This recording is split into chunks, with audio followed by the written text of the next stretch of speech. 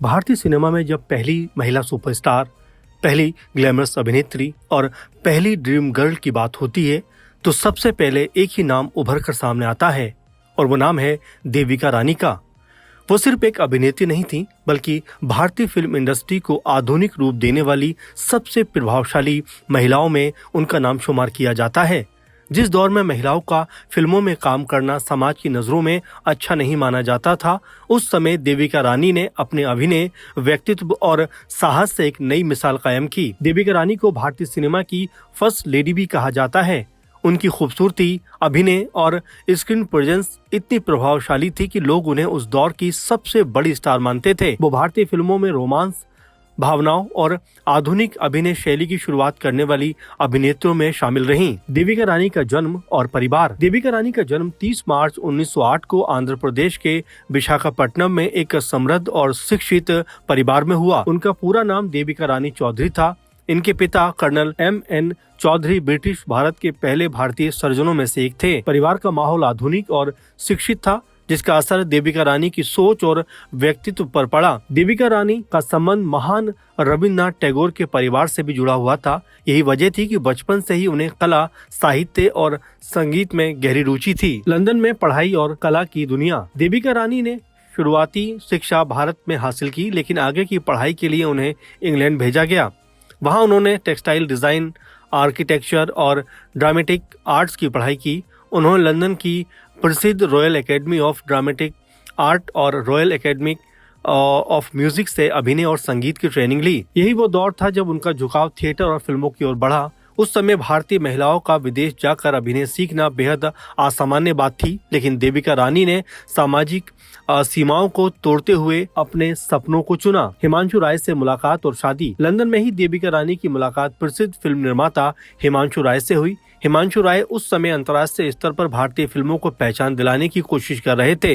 दोनों की मुलाकात धीरे धीरे प्यार में बदल गई और फिर ये प्यार आगे चलकर शादी में तब्दील हो गया। हिमांशु राय ने देविका रानी की प्रतिभा को पहचाना और उन्हें फिल्मों में आने के लिए प्रेरित किया। शादी के बाद दोनों ने मिलकर भारतीय सिनेमा को नई ऊंचाइयों तक पहुंचाने का सपना देखा। फिल्मों में एंट्री और पहली सफलता। देविका रानी ने अपने फिल्मी करियर की शुरुआत 1933 में फिल्म कर्मा से की। इस फिल्म में उनके साथ हिमांशु राय भी नजर आए थे। ये फिल्म भारत के साथ साथ यूरोप में भी रिलीज हुई थी। फिल्म कर्मा उस दौर में काफी चर्चित रही क्योंकि इसमें देविका रानी और हिमांशु राय के बीच एक लंबा किस सीन दिखाया गया था। माना जाता है कि भारतीय सिनेमा की शुरुआती और सबसे चर्चित ऑन स्क्रीन किसिंग सीन में से एक है। उस समय इस दृश्य ने समाज में काफी हलचल पैदा कर दी थी। देविका रानी की अंग्रेजी बोलने की शैली, आत्मविश्वास और अभिनय ने उन्हें बाकी अभिनेत्रियों से अलग बना दिया। लोग उनकी खूबसूरती और अदाओं के दीवाने हो गए। देविका रानी ने की बॉम्बे टॉकीज की स्थापना। 1934 में देविका रानी और हिमांशु राय ने मिलकर मशहूर फिल्म स्टूडियो बॉम्बे टॉकीज की शुरुआत की। ये स्टूडियो भारतीय सिनेमा के इतिहास का सबसे महत्वपूर्ण स्टूडियो माना जाता है। बॉम्बे टॉकीज ने भारतीय फिल्म इंडस्ट्री को प्रोफेशनल और व्यवस्थित रूप दिया। यहाँ फिल्मों की स्क्रिप्ट, संगीत, अभिनय और तकनीक पर विशेष ध्यान दिया जाता था। इसी स्टूडियो ने आगे चलकर कई बड़े कलाकारों को जन्म दिया, जिनमें अशोक कुमार का नाम प्रमुख रूप से लिया जाता है। अशोक कुमार के साथ सुपरहिट जोड़ी। देविका रानी और अशोक कुमार की जोड़ी उस दौर की सबसे लोकप्रिय जोड़ी मानी जाती थी। दोनों ने कई फिल्मों में साथ काम किया और कई फिल्में बहुत बड़ी हिट साबित हुईं। 1936 में एक फिल्म आई जिसका नाम था अछूत कन्या। भारतीय समाज में जातिवाद और छुआछूत जैसे मुद्दों पर यह फिल्म आधारित थी। फिल्म में देविका रानी ने एक दलित लड़की का किरदार निभाया था। उस समय इतनी संवेदनशील सामाजिक विषय पर फिल्म बनाना बेहद साहसी कदम माना जाता था।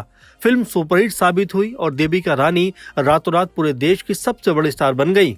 उनकी एक्टिंग की भी जमकर तारीफ हुई। देविका रानी की निजी जिंदगी और विवाद। देविका रानी की जिंदगी जितनी चमकदार दिखती थी उतनी आसान नहीं थी। उनके जीवन में कई विवाद भी आए। एक समय ऐसा भी आया जब वो अभिनेता नजमुल हुसैन के करीब आ गईं और दोनों के रिश्ते की खबरें खूब चर्चाओं में रहने लगीं। बताया जाता है कि देविका रानी कुछ समय के लिए उनके साथ रहने भी चली गई थी, लेकिन बाद में हिमांशु राय उन्हें वापस ले आए। इस घटना ने बॉम्बे टॉकीज और फिल्म इंडस्ट्री में काफी हलचल पैदा कर दी थी।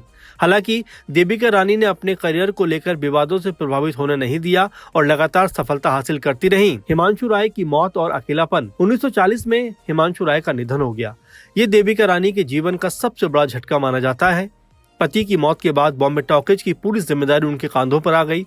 उस समय किसी महिला का इतने बड़े फिल्म स्टूडियो को संभालना आसान नहीं था, लेकिन देविका रानी ने साबित कर दिया कि वो सिर्फ अभिनेत्री ही नहीं बल्कि एक शानदार प्रशासक और निर्माता भी हैं। उन्होंने स्टूडियो को संभाला और कई सफल फिल्मों का निर्माण किया। हालांकि धीरे धीरे इंडस्ट्री के अंदरूनी विवाद बढ़ने लगे और उनका मन फिल्मों से हटने लगा। फिल्मों से दूरी और दूसरी शादी। 1945 में देविका रानी ने फिल्म इंडस्ट्री को अलविदा कह दिया। इसके बाद उन्होंने रूसी चित्रकार से शादी कर ली। शादी के बाद वो बेंगलुरु में बस गईं और ग्लैमर की दुनिया से दूर रहकर शांत जीवन बिताने लगी। हालांकि समय समय पर वो कला और संस्कृति से जुड़े कार्यक्रमों में जरूर नजर आती रहीं। देविका रानी का भारतीय सिनेमा में योगदान। देविका रानी सिर्फ अभिनेत्री नहीं बल्कि भारतीय सिनेमा में महिलाओं की स्थिति बदलने वाली शख्सियत थी। उन्होंने उस दौर में महिलाओं को फिल्मों में सम्मानजनक पहचान दिलाने का काम किया जब अभिनय को अच्छा पेशा नहीं माना जाता था।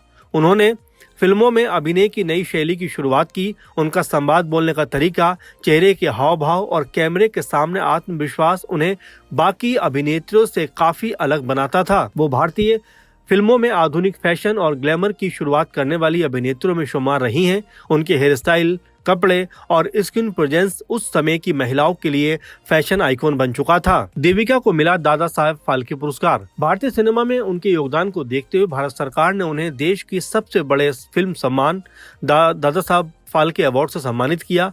वो इस पुरस्कार को पाने वाली पहली अभिनेत्री थी।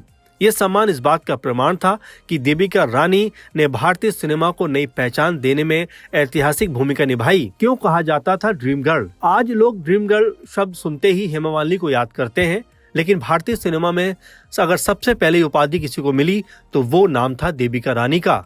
उनकी खूबसूरती, बोलने का अंदाज, स्क्रीन पर आत्मविश्वास और आकर्षक व्यक्तित्व ने उन्हें उस दौर की सबसे ग्लैमरस स्टार बना दिया था। लोग उनकी एक झलक पाने के लिए सिनेमाघरों के बाहर लाइन लगाकर खड़े रहते थे। देविका रानी ने साबित किया कि भारतीय अभिनेत्री सिर्फ पारंपरिक किरदारों तक सीमित नहीं बल्कि वो आधुनिक, आत्मनिर्भर और प्रभावशाली भी हो सकती है। इन्हीं सब खूबियों की वजह से उनको फिल्म इंडस्ट्री की पहली ड्रीम गर्ल का खिताब दिया गया। देविका रानी का आखिरी समय और निधन। देविका रानी ने जिंदगी के आखिरी साल बेंगलुरु में बिताए।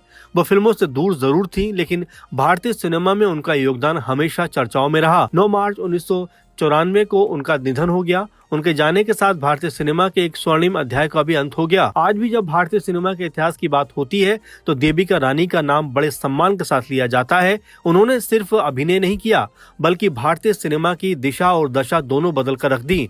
उन्होंने साबित किया कि महिलाएं सिर्फ पर्दे की शोभा नहीं बल्कि फिल्म इंडस्ट्री की निर्माता और निर्णयकर्ता और सबसे बड़ी स्टार भी बन सकती हैं। देविका रानी की जिंदगी संघर्ष, साहस, प्यार, सफलता और अकेलेपन की कहानी है।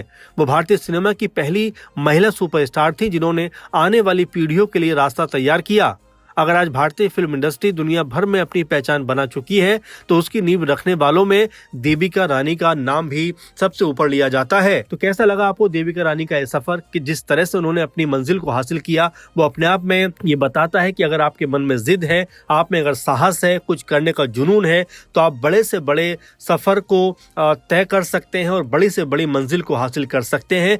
देविका रानी ने तो कम से कम ये साबित किया कि अपने फिल्मी सफर से उन्होंने जिस तरह से तमाम पेचीदगी और तमाम तरह के कह सकते हैं अवरोधों के बावजूद भी जो सफलता हासिल की, वो अपने आप में इतिहास है। और जाहिर बात है कि उनके इतने बड़े कदम के बाद भारतीय फिल्म इंडस्ट्री में तमाम बड़ी बड़ी एक्ट्रेस का आगमन हुआ। अगर देविका रानी ने वो पहल नहीं की होती तो शायद ये आज फिल्म इंडस्ट्री में जो महिलाओं को रुतबा मिला है वो आज उस लेवल पे शायद नहीं होता। तो आपको क्या लगता है कि देविका रानी का जो पूरा जीवन रहा उसको आप कैसे देखते हैं, और जो फिल्मी सफर उनका रहा उसको आप कैसे देखते हैं? उनके बारे में जो आपके विचार हैं और जो फिल्म अगर आपने उनकी देखी हो कोई भी, तो आप जरूर कमेंट करके बताइए। फिलहाल इस प्रोग्राम में इतना ही। आप लगातार जुड़े रहें, बने रहें, क्योंकि हम ऐसे कह सकते हैं कि भूले बिसरे कलाकारों के ऊपर लगातार प्रोग्राम बना रहे हैं। आपको भी अगर किसी भूले बिसरे किरदार के बारे में जानना है तो जरूर कमेंट करके बताइए। फिलहाल के प्रोग्राम में बस इतना ही। आप लगातार ऐसे ही बने रहें।